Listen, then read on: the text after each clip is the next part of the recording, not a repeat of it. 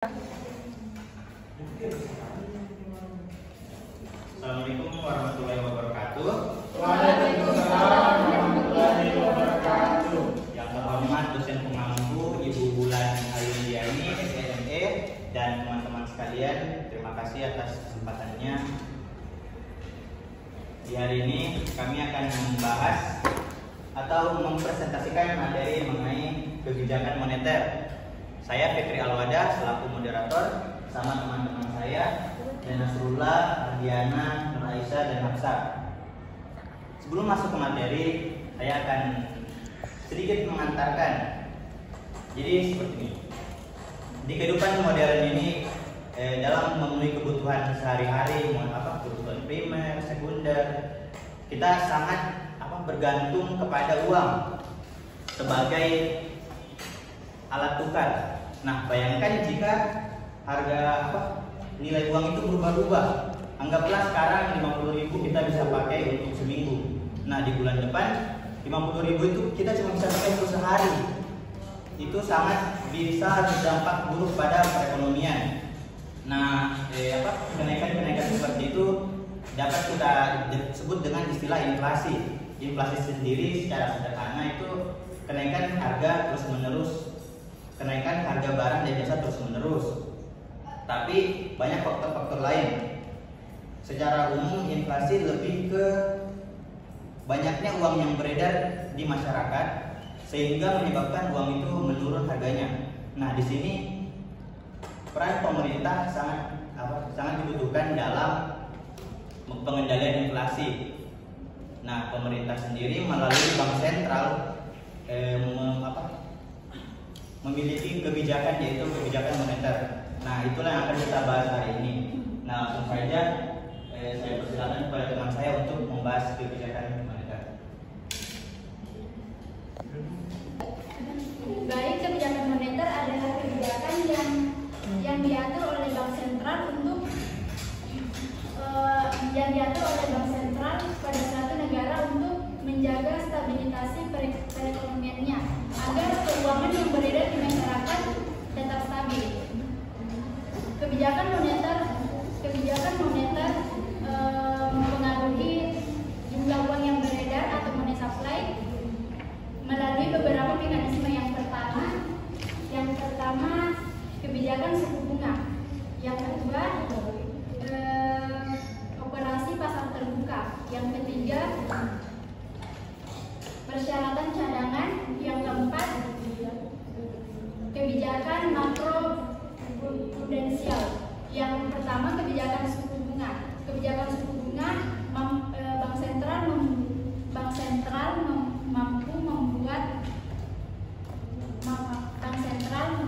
mampu mempengaruhi peminjaman atau investasi. Yang kedua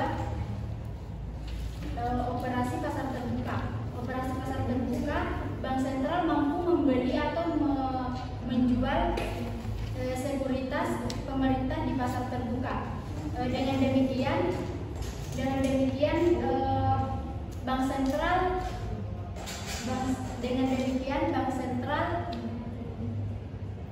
mampu meningkatkan likuiditas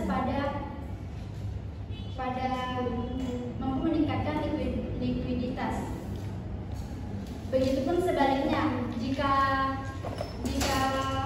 bank sentral menjual aset atau sekuritas, maka akan mengurangi jumlah uang yang beredar.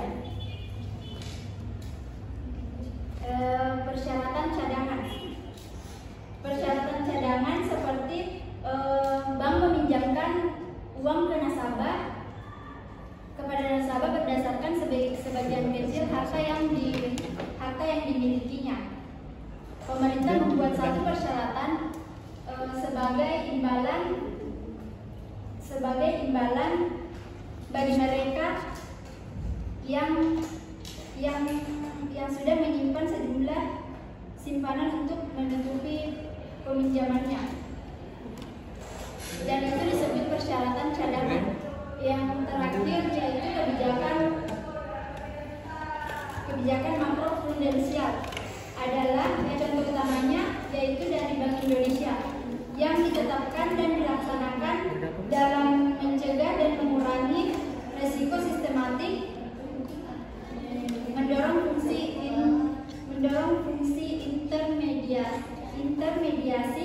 lembaga keuangan seperti pertumbuhan ekonomi,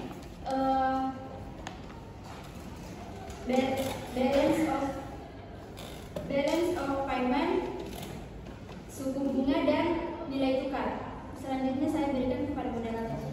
Nah, tadi sudah dijelaskan mengenai secara garis besar mengenai kebijakan moneter. Nah, seperti tadi yang telah disebutkan,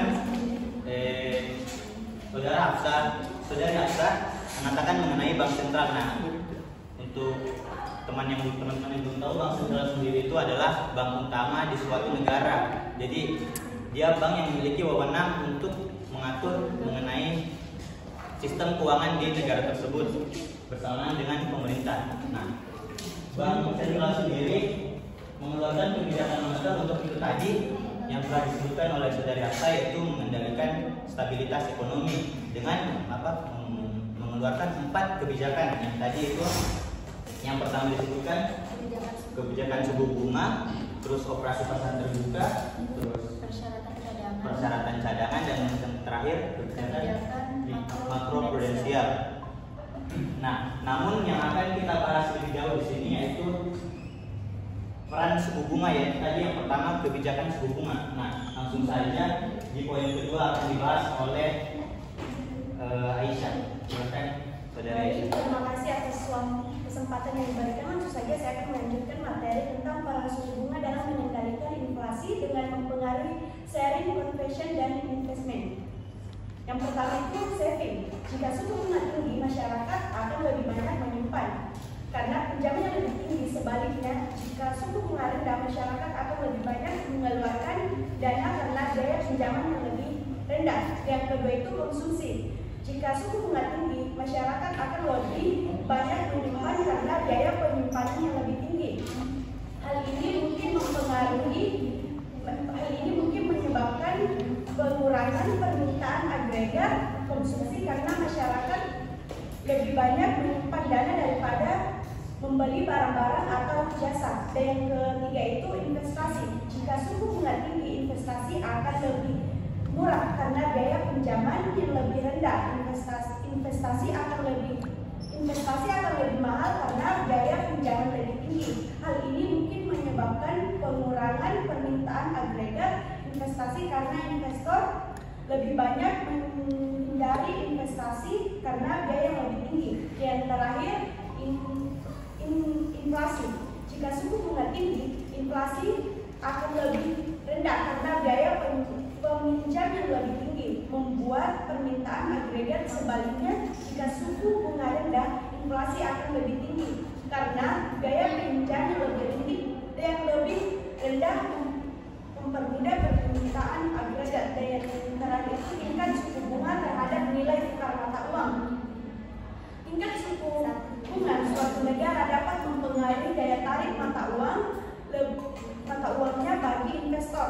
Suku bunga yang lebih tinggi cenderung menarik investor untuk menyimpan dan menginvestasikan uang mereka dalam mata uang tersebut. Terima kasih. Saya kembali kepada Anda. Oke, tadi sudah dijelaskan oleh Aisyah peran suku bunga untuk mengendalikan inflasi. Nah, tadi saya sudah jelaskan, mohon maaf, bahwa inflasi itu terjadi karena banyaknya uang yang beredar di masyarakat. Nah, berarti di sini peran suku bunga yaitu untuk mengendalikan jumlah uang yang beredar di masyarakat. Nah, bagaimana caranya? Nah, seperti yang sudah dijelaskan oleh Aisyah tadi, dapat kita simpulkan bahwa suku bunga ini bertindak seperti harga uang. Ketika harga uangnya naik, maka permintaan akan uang atau orang yang meminjam ke bank itu semakin banyak. Nah, ketika suku bunganya dinaikkan, harganya dinaikkan, maka orang sedikit yang ingin meminjam karena harga yang akan dibayar nantinya jadi lebih besar. Sementara untuk si peminjam atau saving tadi, ketika suku bunga dinaikkan, maka bunga tabungan juga naik, maka akan makin besar hadiah yang akan diberikan kepada masyarakat jika tabungan kita semakin banyak di dalam. Nah, itu bagaimana suku bunga mempengaruhi saving atau tingkat tabungan. Terus tadi saya sudah jelaskan yaitu investment dan konsumsi itu masuk kepada pengeluaran. Maksud saya pada peminjaman masyarakat kepada bank, karena uang yang dipinjam itu pasti arahnya akan ke konsumsi atau investasi. Investasi itu seperti mereka akan buka usaha atau beli saham dan lain-lain. Dan yang terakhir tadi, bagaimana suku bunga itu mempengaruhi nilai tukar mata uang. Nah, tadi saya sudah jelaskan bahwa suku bunga itu bertindak sebagai harga. Jadi semakin tinggi suku bunganya, maka harga dan uang itu semakin tinggi. Maka investor berpikir bahwa kalau saya simpan uang saya di sana, bakalan banyak hadiah yang akan saya dapatkan karena suku bunganya sangat tinggi, harganya sangat tinggi. Jadi seperti itu. Lalu kita akan lanjut ke materi ketiga, yaitu pasar dana pinjaman yang juga berhubungan kepada bank dan suku bunga. Oke, langsung saja kepada Saudari Tatiana untuk melanjutkan materinya. Jumlah permintaan dana pinjaman berbanding terbalik dengan suku bunga. Semakin besar suku bunga, maka permintaan dana pinjamannya akan menurun. Penanggung sendiri, sedangkan tabungan nasional secara umum dibagi menjadi dua, yaitu tabungan swasta dan tabungan publik. Tabungan swasta Mulai bikin. tabungan swasta tingkat tabungannya sangat tinggi bagi bunga, sedangkan tabungan publik tingkat tabungannya tidak dipengaruhi oleh suku bunga, tetapi dipengaruhi oleh kebijakan pemerintah. Saya rasa cukup itu, saya kembalikan kepada moderator.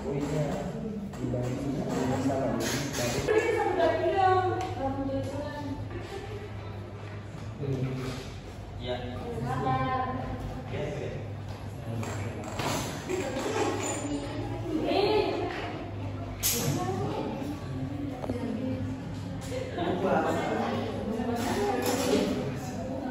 Oke.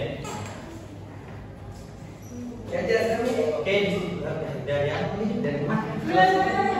Dari kurvanya no.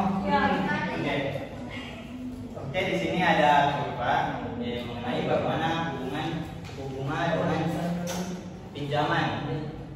Nah, tadi kan menjelaskan bahwa berbanding terbalik saat suku bunga naik ke arah 2, maka pinjaman malah turun ke arah 1. Artinya suku bunganya naik, peminjamnya turun. Nah, saat suku bunganya turun, peminjamnya naik ke arah 2. Jadi itulah maksud dari berbanding terbalik. Namun bila hubungannya dengan penabung itu berbanding lurus. Saat suku bunganya naik, penabung malah tambah banyak karena yaitu tadi mereka menginginkan reward atau hadiah yang akan diberikan oleh bank tadi. Oke, mungkin seperti itu. Lanjutkan ke materi keempat oleh Nasrullah, ketidakpastian jarak dan waktu serta harapan rasional. Baik, terima kasih kesempatan yang telah diberikan kepada saya. Saya akan membahas tentang ketidakstabilan dan jarak waktu serta adanya harapan nasional. Yaitu yang pertama, ketidakpastian ekonomi, termasuk ketidakpastian politik dan ketidakpastian tentang pariwisata global. Dapat mempengaruhi aktivitas kebijakan moneter. Ketidakpastian bisa membuat konsumen dan investor lebih hati-hati mengambil keputusan. Bahkan jika suku bunga diturunkan, merangsang aktivitas ekonomi. Yang kedua itu jarak waktu. Kebijakan moneter tidak langsung mengetahui aktivitas ekonomi. Misalnya, penurunan suku bunga mungkin membutuhkan beberapa bulan atau bahkan tahun untuk sepenuhnya mempengaruhi investasi perusahaan atau konsumen rumah tangga. Oleh karena itu, bank sentral perlu memperhitungkan jarak waktu ketika merencanakan dan mengevaluasi kebijakan mereka. Yang ketiga itu asumsi rasionalitas. Teori harapan nasional mengasumsikan bahwa individu dan pelaku ekonomi secara rasional menggunakan semua informasi yang tersedia untuk membuat prediksi tentang masa depan. Ini berarti bahwa kebijakan moneter baru yang diumumkan oleh Bank Sentral akan secepat tercermin dalam keputusan ekonomi individu. Dan yang terakhir itu inflasi kebijakan.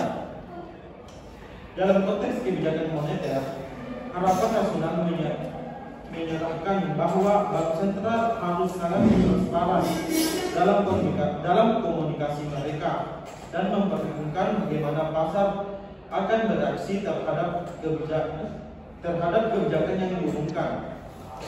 Jika kebijakan tidak sesuai dengan harapan pasar, maka efektivitas kebijakan tersebut dapat berkurang karena perlu ekonomi akan menyelesaikan perilaku mereka berdasarkan harapan mereka tentang kebijakan masa depan. Terima kasih. Oke, untuk dapat memahami materi yang ini, pertama kita perlu tahu bahwa kebijakan moneter itu terbagi menjadi dua, yaitu kebijakan ekspansif dan kontraktif. Yang ekspansif itu bertujuan untuk meningkatkan perekonomian. Jadi Bank Sentral akan menurunkan suku bunga sehingga banyak orang yang meminjam. Kemudian peminjam itu nantinya akan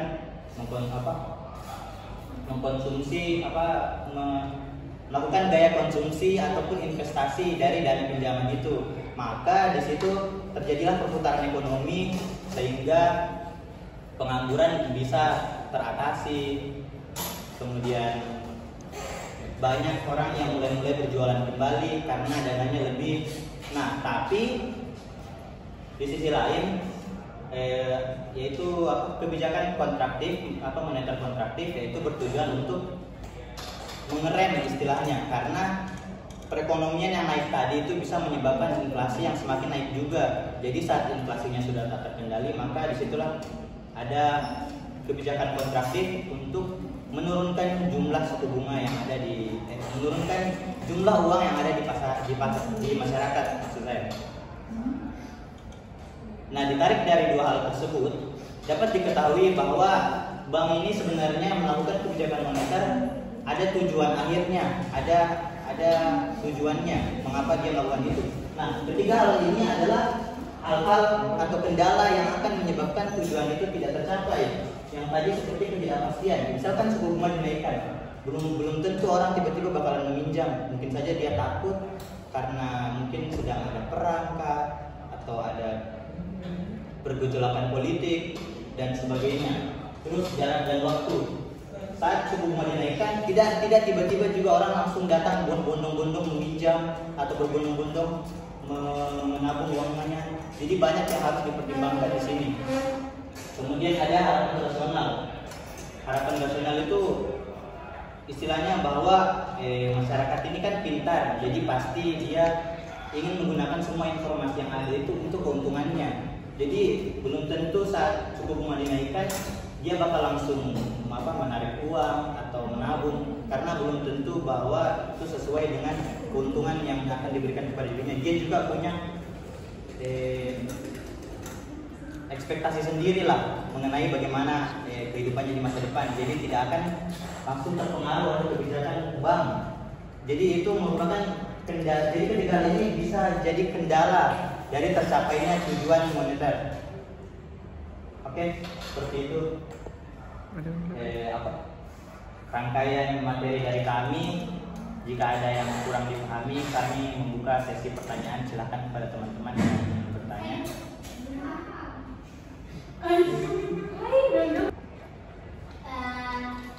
Baik, perkenalkan saya Ananda, perwakilan dari kelompok 1. Jadi langsung saja.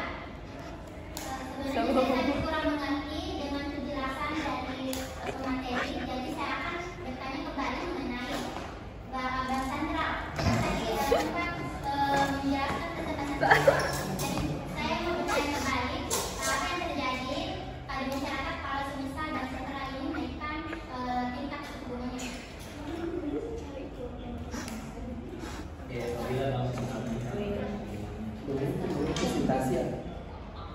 Kepada saudara Rani, silakan. Baik, terima kasih. Perkenalkan, nama saya Rani, perwakilan dari kelompok 4. Langsung saja pertanyaannya, menurut Anda bagaimana kebijakan moneter mempengaruhi tingkat inflasi dalam suatu negara?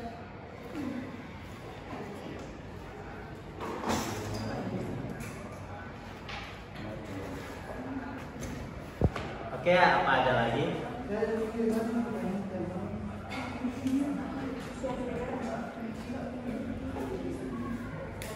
Maksimal 4 pertanyaan.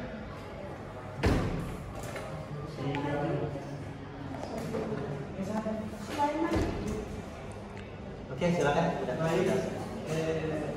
Perkenalkan, nama saya Sulaiman. Saya perwakilan dari kelompok 3. Baik, langsung saja saya ingin bertanya mengenai materi tentang kebijakan suku bunga. Baik, langsung saja pertanyaannya. Bagaimana suku bunga dapat mempengaruhi jumlah uang yang beredar dalam perekonomian? Baik.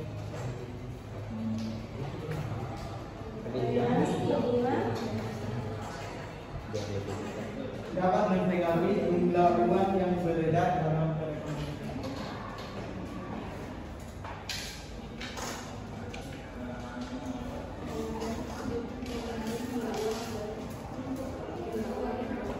Kamu minta waktu untuk mendiskusikan pertanyaan dari teman-teman sekalian.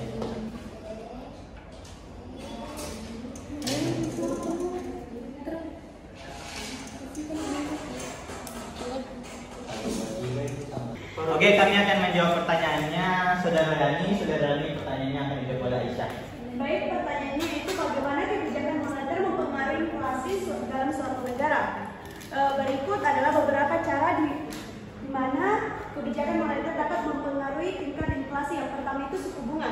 Salah satu cara utama di mana kebijakan moneter mempengaruhi inflasi adalah melalui pengaturan suku bunga. Ketika bank sentral menaikkan suku bunga, biaya pinjaman menjadi lebih tinggi sehingga konsumen dan perusahaan cenderung mengurangi pengeluaran dan investasi. Dan yang kedua itu jumlah uang yang beredar. Bank sentral juga dapat mengendalikan inflasi dengan mengatur jumlah uang yang beredar dalam perekonomian. Jika bank sentral mengurangi jumlah uang yang beredar dengan jumlah obligasi atau kenaikan cadangan minimum yang harus dimiliki oleh bank-bank, hal ini dapat membantu mengendalikan inflasi dengan mengurangi daya beli masyarakat. Dan ketiga, nilai tukar mata uang. Kebijakan moneter yang mempengaruhi nilai tukar mata uang suatu negara juga dapat berdampak pada inflasi. Jika nilai tukar mata uang suatu negara melemah, harga impor barang dari luar negeri menjadi lebih tinggi dan dapat mendorong inflasi. Saya kembali ke pertanyaan. Oke, begitu seperti yang dijelaskan oleh Aisyah tadi, bahwa kebijakan moneter itu dapat mempengaruhi inflasi. Secara garis besar tadi, kebijakan moneter itu mempengaruhi inflasi melalui pengendalian jumlah uang yang ada di pasaran, yaitu dengan menarik kembali uang-uang yang ada di pasaran. Kalau mau diturunkan inflasi, berarti kan sedang terjadi inflasinya. Maka kalau inflasi sedang terjadi, uang-uang yang ada di masyarakat itu sedang banyak, kayak jadi tidak berharga karena terlalu banyak. Jadi ceritanya uang-uang ini mau tarik kembali semuanya, jadi supaya lebih sedikit di masyarakat. Dengan cara apa yang tarik ini uangnya di masyarakat? Seperti yang dijelaskan tadi oleh Aisyah, tadi ada 4, yaitu suku bunga, operasi pasar terbuka. Oh, kayak sebenarnya kan suku bunga kayak lebih tinggi dan terima kasih kan kayak kalian gitu kan. Kalau ini itu kembali dari masyarakat sama problemnya yang beredar di masyarakat. Jadi dalam tingkat kami suku bunganya kan kalau naik suku bunganya pasti orang yang meminjam juga tidak jadi kan, kayak nanti pikir 2 kali baru pinjam. Terus kalau suku bunga naik, ada tuh namanya bunga tabungan. Kalau menabung baru dapat gitu bunga tabungan tiap bulan ya. Nah pasti kalau naik bunga tabungannya makin banyak orang yang meminjam karena makin banyak nanti dapat. Terus yang kedua tadi operasi pasar terbuka yang bilang beli obligasi sama aset pemerintah. Kan kalau misalkan ini bank punya aset pemerintah kayak obligasi pergi jual ke masyarakat. Jadi masyarakat yang beli kan otomatis uangnya kembali ke bank. Jadi tarik. Jadi intinya supaya bagaimana uangnya tuh ditarik. Jadi lebih sedikit di masyarakat, kemudian karena uangnya lebih sedikit jadi lebih lebih berharga, akhirnya harga juga turun karena lebih tinggi nilai uangnya.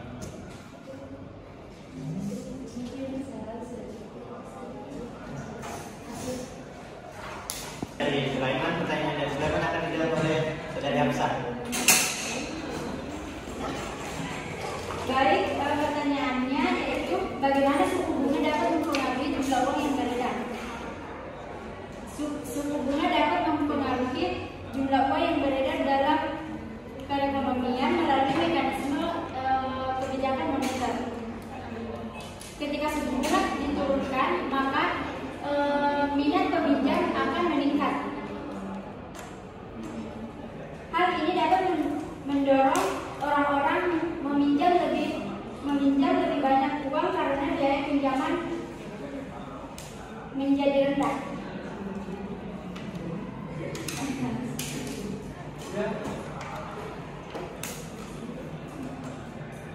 Bisa diterima jawabannya, Saudara Sulaiman? Oke, kami akan menjawab tadi dari Saudari Ananda. Saudari Ananda, pertanyaannya akan dijawab oleh Ardian. Baiklah, pertanyaan saudari Anda akan saya jawab yaitu berdasarkan dasar suku bunganya, maka permintaan dana pinjamannya akan menurun. Sedangkan suku bunga lewat bagi penabung dengan penawaran dana berbanding lurus saat suku bunganya naik, maka penawarannya juga naik. Oke, kata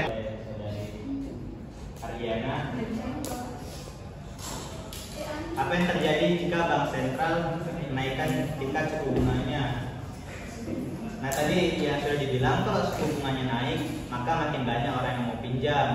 Terus di sisi lain, kalau suku bunganya naik kan suku bunga kayak hadiah bagi para penabung, bagi orang yang mau menabungkan ke bunga tabungan, maka makin banyak penabung kalau suku bunganya naik. Oh, begitu. Maksudnya suku bunga naik, kenapa sih banyak? Oh, gini, itu suku bunga tuh kayak harganya uang. Jadi kalau naik harganya, makin banyak orang yang mau jual Nah, tapi di sisi lain karena naik harganya, tidak banyak juga orang mau beli. Karena naik terus tinggi harganya. Jadi kayak harga dari uang ini suku bunga. Kayak kalau engkau pinjam, ada harus membayar, yaitu suku bunga. Terus kalau menabung kok ke bank, ada hadiah yang dikasih kok, yaitu bunga tabungan.